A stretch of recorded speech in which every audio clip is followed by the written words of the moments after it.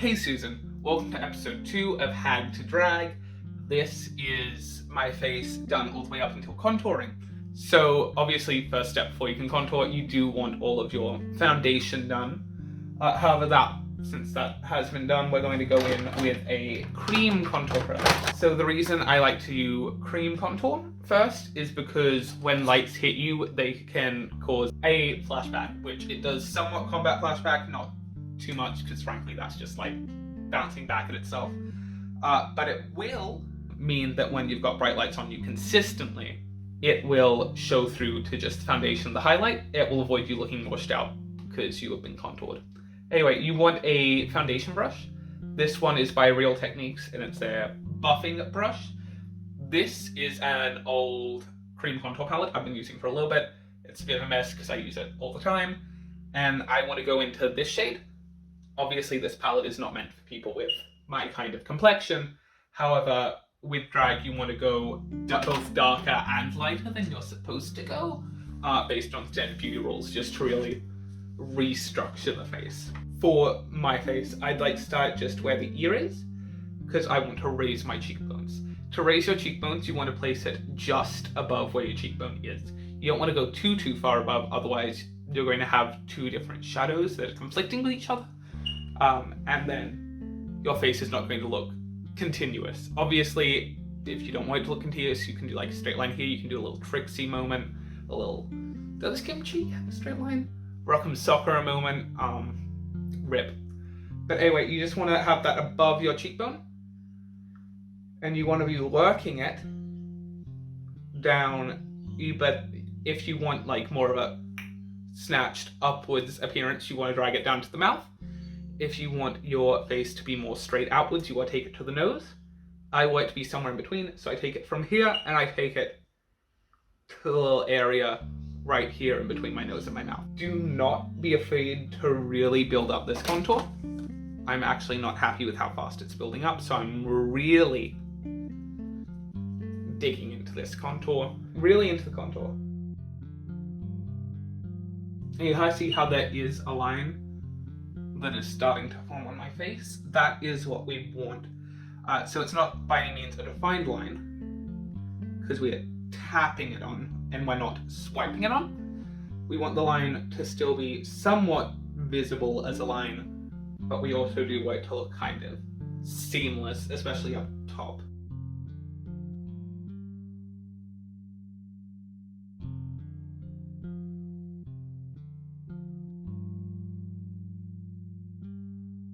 So now it's going to kind of look like a strip across your face. We're going to break that up later, but now we want to do the jawline. And to do the jawline, it's kind of the same for everyone. Assuming we want to cut down the jaw so it is more feminine, and also hide any double chinage going on. Obviously, if you want more masculine, you just want a straight line here, straight line here. However, to feminize it, you want to go from the base of the earlobe in a diagonal line, just cutting over your, not chin, your jaw here, and it will continue it down to here. Now when you get to the chin, you just want to go very lightly back and forth, and that's just going to hide the double chin. We want to really rapidly just kind of buff that down, just to try to make our neck match our face as much as humanly possible.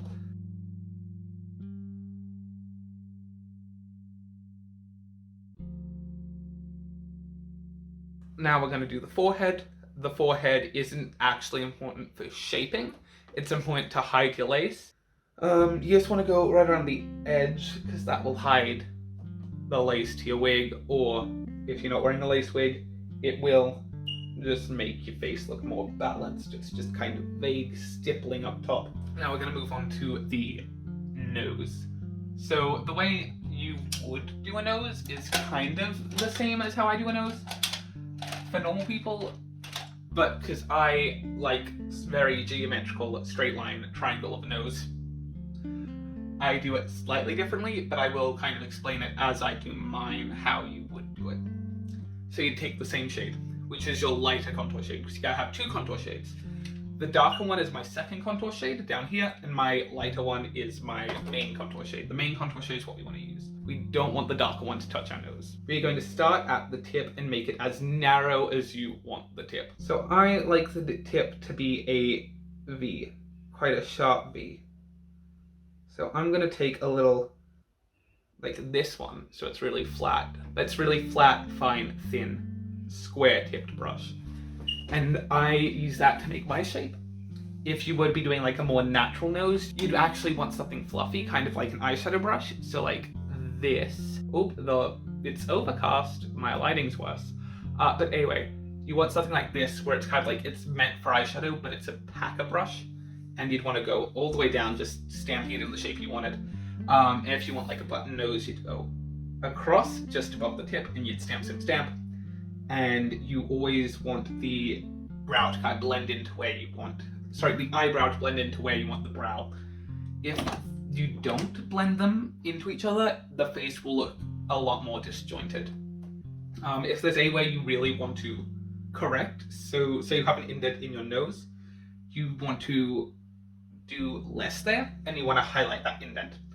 If you have like a really defined bump, you want to darken that bump just a little bit, and you want to highlight around it, just to kind of correct it. Because I'm doing a geometric nose, it's the same for everyone. You just want to make the shape that you want to be visible in the middle. So I'm making a bit of a triangle, and I'm just lightly blending this edge out with the flat little brush. And now we're going to do the same on the other side.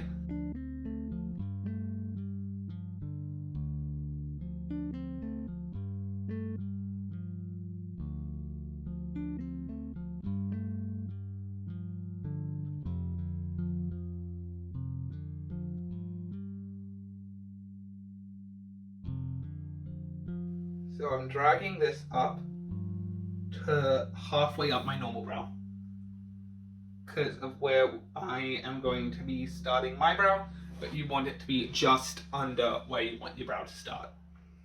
Fit your face. Actually, let me fix this. That angle is wrong. And I like to actually just have a straight line here, but that's down to personal preference. Now I'm going to take a little baby beauty blender. It's actually not a beauty blender. A little baby sponge. You just want to tap that out. So obviously if you're doing a geometric nose, you don't want the middle to be tapped out, you only want the outer edge to be tapped out. I'm going to add more contour because I don't have enough room to blend on this side. Don't be afraid to add more contour to avoid messing up the highlight region. In hindsight, I forgot this, that you want to do the nose highlight first. You don't want to do the other highlight first here, but you want the nose one done first typically. But don't worry, I'll teach you how to fix that if you've been dumb like me and you haven't done it in the right order. But like really, there's no right order. There are just right techniques to apply to make it look correct. Jeez, you bitch is getting philosophical up in here. Just want to go over the cheeks one more time, blend those out. Now we're going to take the highlight. So if you have stuffed up like me, give me a sec, let me get my cream products out of there. You want to take flat brush or the similar type brush. This one's clean though. You just want to take a clean version of the brush that you used. Then you want to take your highlight shade. So if it's really dark, you can use your concealing product, or if they're the same, use that. But this is the Tarte one. I, however, use a product called by Revolution. It's called Conceal and Define Supersize in the shade CO5. So it's the absolute lightest shade I could find at my price line. Price line, if you are by any chance American, is like, I think CVS is comparable for you guys. I think I've heard that. But anyway, what you want to do is you want to get really close. And you just want to boop, boop, boop, boop, boop, boop, boop, boop, boop, boop. So I'm just kind of filling in the gap. And remember, because this is cream, it's harder to make mistakes that are permanent. So I'm actually going to take my finger and just dab that along it. I'm going to take a little baby sponge and blend out the front, because while I do like the highlight regions to be straight, I like them to be blended completely, just because I only want the nose to be the really focused geometric feature. And now you are going to notice that your lines are messed up a little bit, but they're going to be further apart, if anything, than they were before. And you want to take the brush, the old one that has the contour in it. If you only do have one brush, you can use an alcohol. I'm low in that frame. You can use an alcohol wipe to clean that up. But since I have multiples, I'm just gonna go back in with the old brush.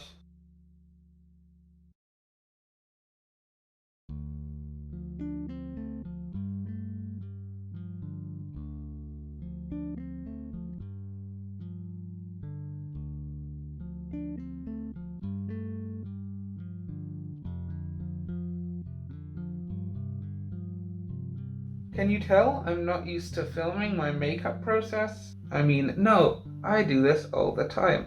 I don't know what you're talking about.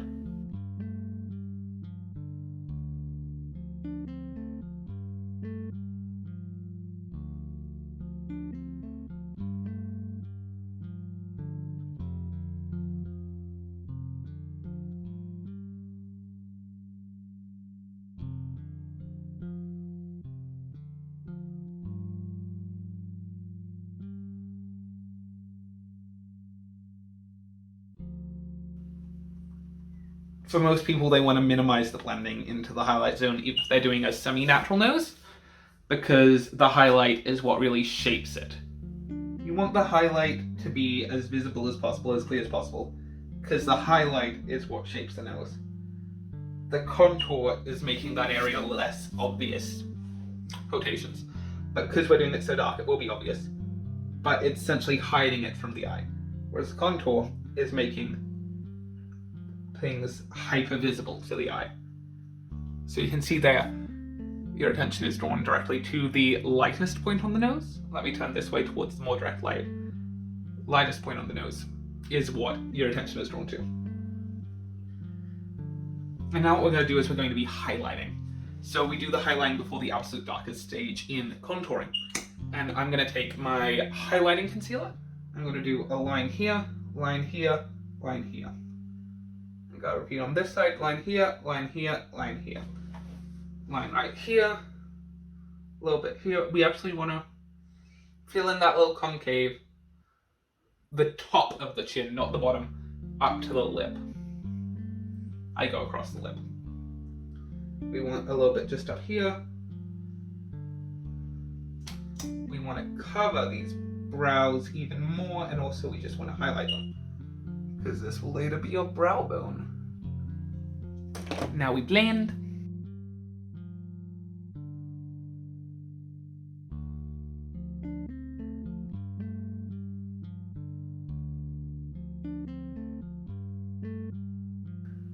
Anyway, you want to blend it up to the nose because you really want the highlight to sandwich the contour, as you will, to really add to the illusion that we have a skinny nose which we cannot breathe through. So I have a habit of pressing quite hard. You don't need to press as hard as I'm pressing, but you do need to apply decent pressure. I definitely do this a lot gentler on someone else's face while I do someone else's face makeup. Now we are going to take the foundation brush again, exact same, actually. Don't mind me going on a little tangent, but I gotta take our foundation shade, not foundation brush. So we're just doing a really small dot that just goes just above our contour base. What this is going to do is it's going to add a harsh foundation shade in between our two contours so they don't look like one big contour. I'm gonna take the sponge like this. We're just gonna pocket that right into there, almost making a triangle. You don't want to highlight this, otherwise it is going to draw attention to your jaw. You just want it to be like the middle shade.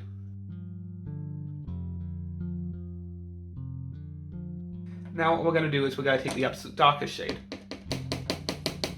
Let me make it visible so it's that shade. The shade over here. Hopefully that was visible to you guys. We're going to take the darkest. Hopefully there's enough prep there. Anyway, we're going to put this right on the edge. On the edge. you can see how much darker that is than the other shade. We just want this on the base, right at the absolute edge of the contour, because that's just going to really pinch this and make this look like it's the lighter section of contour, blend it out and really amplify that. So up here, it adds the extra pinch. The rest is the lighter shade to make the contour look more realistic.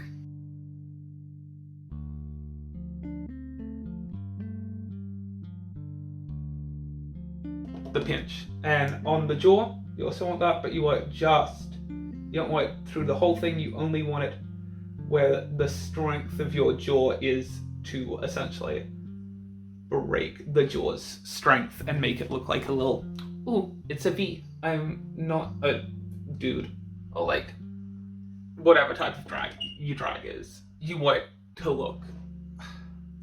How am I weighing this? If you did a strong jawline to strengthen your jawline, you want to put the dark color right here at the chin, because that's gonna lift this. And if you did, you want to feminize it, you want to add the color right at the edge where your jaw is to diminish that. It's all about what you want to diminish. If you want your jaw to look more square, you want to diminish your chin, so your face looks shorter, your chin looks shorter, sorry, and more in line with your jaw. And we just want to put it up here just for the sake of balance and hiding the lace. So now our face looks relatively balanced. We're going to go with one final same concealer we used before for the highlight, and we're just going to go in the center of that highlight where you want the most intensity. The reason we're doing this is now where we've highlighted has a chance to set just a little bit, and what that means is that we can add more pigment on top of it, which is going to make the color more purely that color, bringing it forward more. I also like to blend my lid towards the contour, just to kind of stop it from contouring into my lid.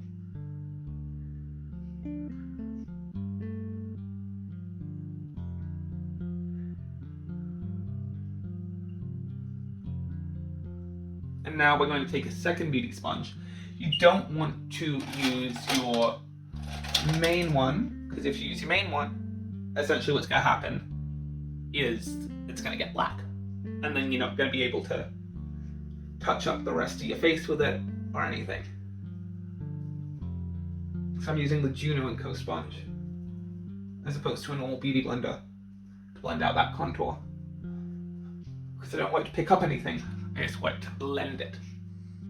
And back to the beauty blender, I forgot to blend that, but anyway. And when you go one final pass over with the beauty blender, this will remove any lines or like wrinkling from the amount of time you've been working on everything. You just go over anywhere where you're noticing wrinkles, avoiding the nose and the strong contours. Now we are firstly going to take the colored powder, which is the powder that we want to be light with our skin that we used for our brows. Yeah, brow cover, sorry. And we're going to put that right under the eye. Right on the mouth and chin. Also, I'm just going to say it right here. While you're powdering, you don't want to breathe while it's airborne. Otherwise, there's a chance with some powders that you could get something called clown lung. Essentially what clown lung is I think it's a form of emphysema, technically. It's essentially your lungs been kind of grated away by powders. I also want that over the brows, because you always want to put a colored powder over the brows every single layer you get a chance, because it hides the brows more. And you actually don't want to bake right now, you just want to work that powder in those areas. And after we've worked the colored powder in those areas, we're going to put the lid on the colored powder, which is something I can't stress enough. Always put lids on your powder or it's going to spill all over your pants while you're like getting ready for a gig. That happened to me at like Starstruck when I was getting ready. So now we're taking a translucent powder. I use the Rimmel London Match Perfection translucent, just because it's super finely milled and it's just very great. For just generally, we want to put that everywhere else, and we just want to beat that in. So you can see the cast, but it's not about beating. It's about taking it across and making sure the surface is continuous. So you want to just keep beating the puff until you can no longer blend the powder that you've got out on. And obviously we don't want a light amount of powder, otherwise everything's gonna pop. You want to be quite careful around the nose and anywhere detailed. So I'm gonna go 1, 2, 3, 4, cover that completely, and then that's it.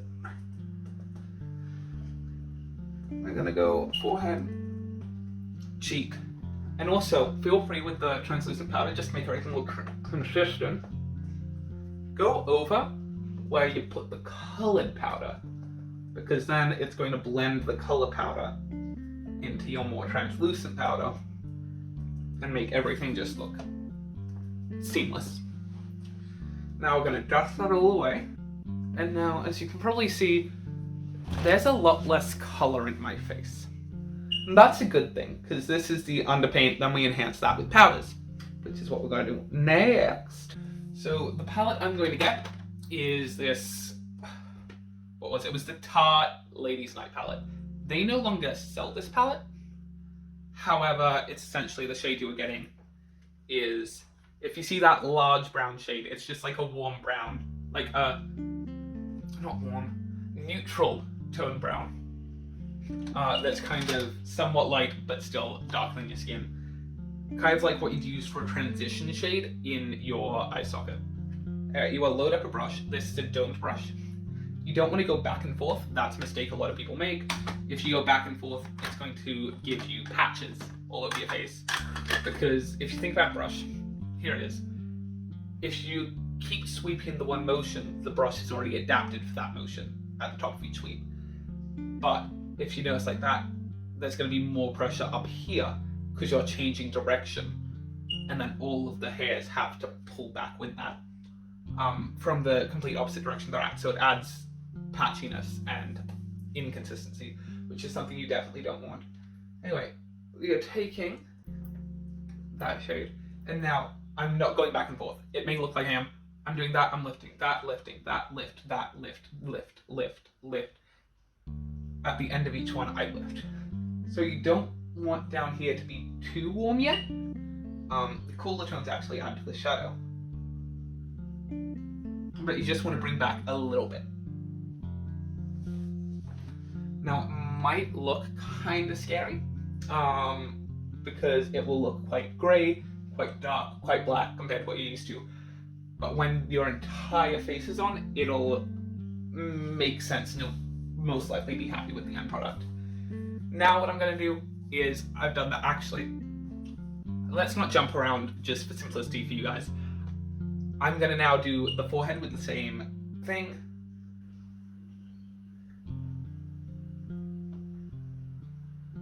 Boop, boop, boop, boop, boop, boop, boop. That's done.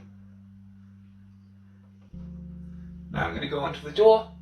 Just go over the exact areas we went. Once again, you swipe it in the direction you're going and you lift. I'm trying to remember where I learned that from. I think it was maybe James Welch, actually. James Welch. James or Robert Welch.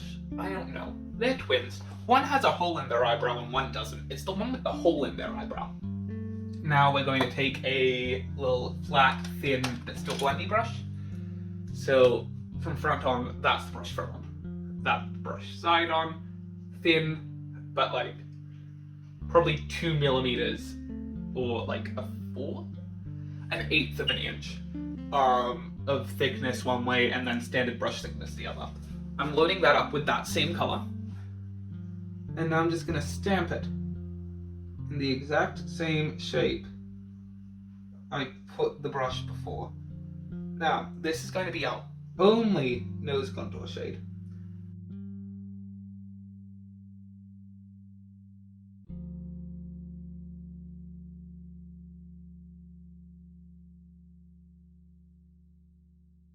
Okay, from a distance that looks fine. Looks pretty fine up here. Now what we're going to do is we're going to take like a fluffy, clean eyeshadow brush. This is one from like an Anastasia palette. And we're just going to work that.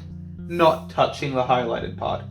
But we just essentially want to blend out that loose edge, which we are also going to clean up with powder. So now what we want to do is we need to take where is it? So it's an actual bronzer that we're taking now. I use it's like the Maybelline City Bronzer in warm, medium warm. And this we're not actually using for shaping per se, we're using it to like bring color to the face.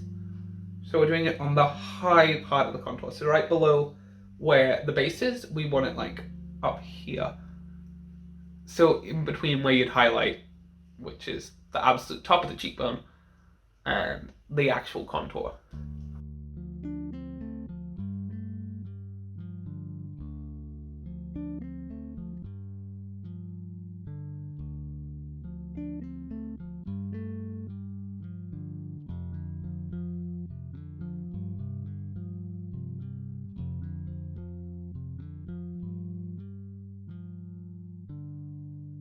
I'm going to use the James Charles palette. This is the shade... Where's my little shade sheet? We're using the shade No Beans from the palette. So that is the little, like, one next to the black. Cool. Just gonna put that right on the tip of the brush. We don't want it completely on the brush. And we're gonna line that right up with the edge, so our sideburn. And we're just gonna lightly feather that in.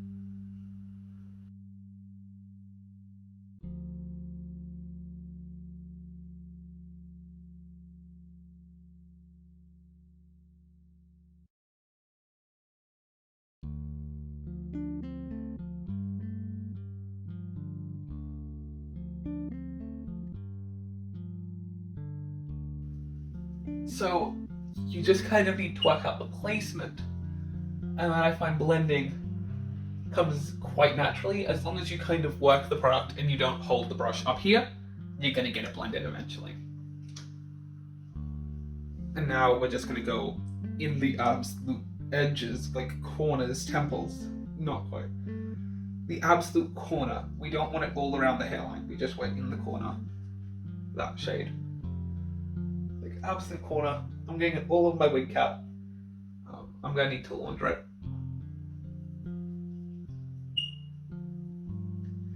And now, because it is domed, you can't go boom, but you can like circle. Circles are acceptable, but on the cheek you don't want to do circles. Blend that out one more time. Go with that same shade into the jaw. That might have been a little bit too much, but oh well, who cares? Frankly, with contouring in drag, anything can be fixed if it's bad, and just generally, more is more, guys. Now, I think we're into blush. Yeah, we're into blush. So, finding your blush shade is something that's kind of hard in normal makeup, but this is not normal makeup. So essentially, you want to just think about what you want to do. Do you want it to look like soft and girly? If you want to do that, you want to use a pink blush. Like, if you want it to look like extreme cartoony girly, you want to use like bright pink like that one. I'm sorry, this is the Revolution like Monster Mattes in rainbow or something, the multicolor Monster Mattes. It's just mattes, and I really like using it for like blushes and eyebrows because it's good, it's cheap, it's matte. I don't need to worry about anything not potentially being matte. So I'm going to take actually I'm just going to take the same brush and just back and forth it on my arm to get a little bit of pigment off.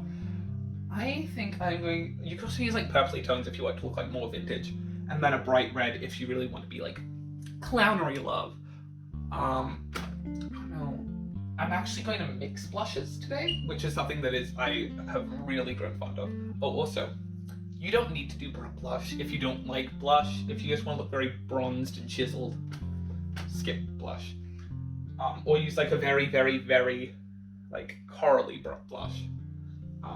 Actually, I might mix the coral shade, so that's the shade up here, with the pink. Pink, coral, tap, tap. Okay, we want to just focus that on the front half of the contour. Well, focus on the front half of the contour, just to kind of add warmth and balance to the face.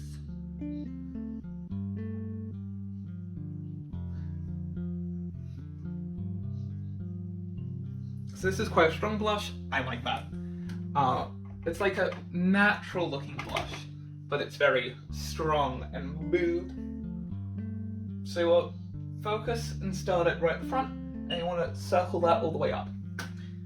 So we want the most pigmentation to be at the middle, and you want that to blend up. And now I'm going to take the exact same shades, mix, tap, and I'm just going to very lightly add it to the tip of the nose.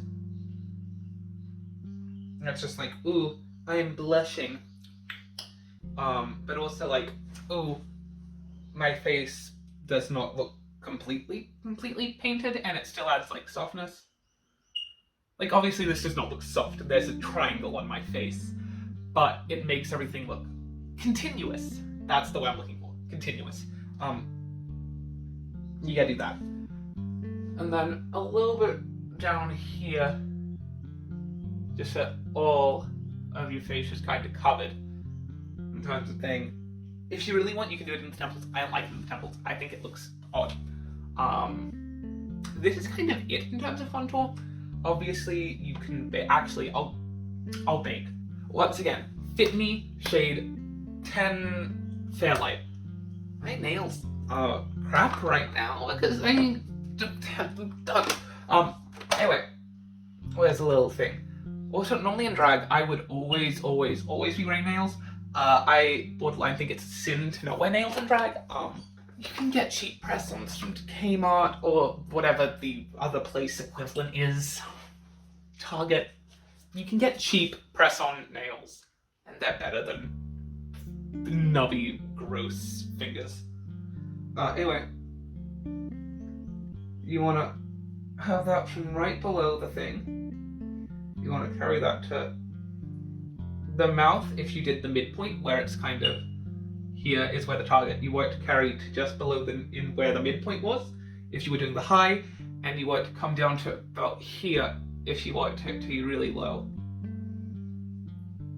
So I'm being little, it goes from the edge of my mouth all the way up to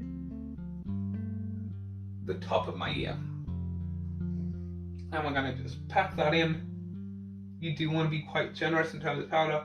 This is going to absorb into the skin a little bit, break down, and it's going to kind of act somewhat as an eraser. So I like doing it there. I don't do anything underneath, because if you do anything underneath, it's going to make your foundation look like it matches your skin a lot worse.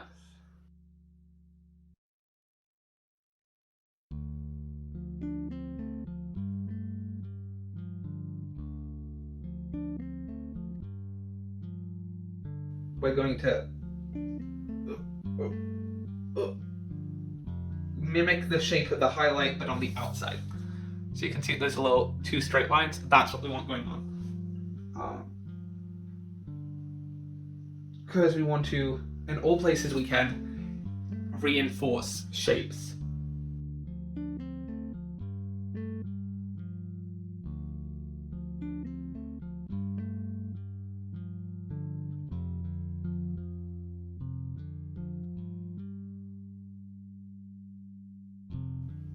You want to drag that up. Oh, and you want it to be like a line from your bottom waterline up here. And now it doesn't. You don't want it to be like a harsh line. Remember how I said about enforcing shapes? You want the same shape on the top and bottom here and here. Also, another thing I do is, which I'll do at the end when I'm just putting together the whole look.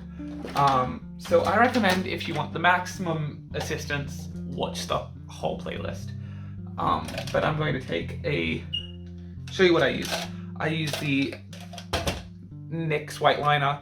I put that right on the absolute tip of the nose, and that makes it look upturned, like a cartoon nose that goes like boop. And I think it just looks kind of cute. I'll see you in the next one, Susan. Bye.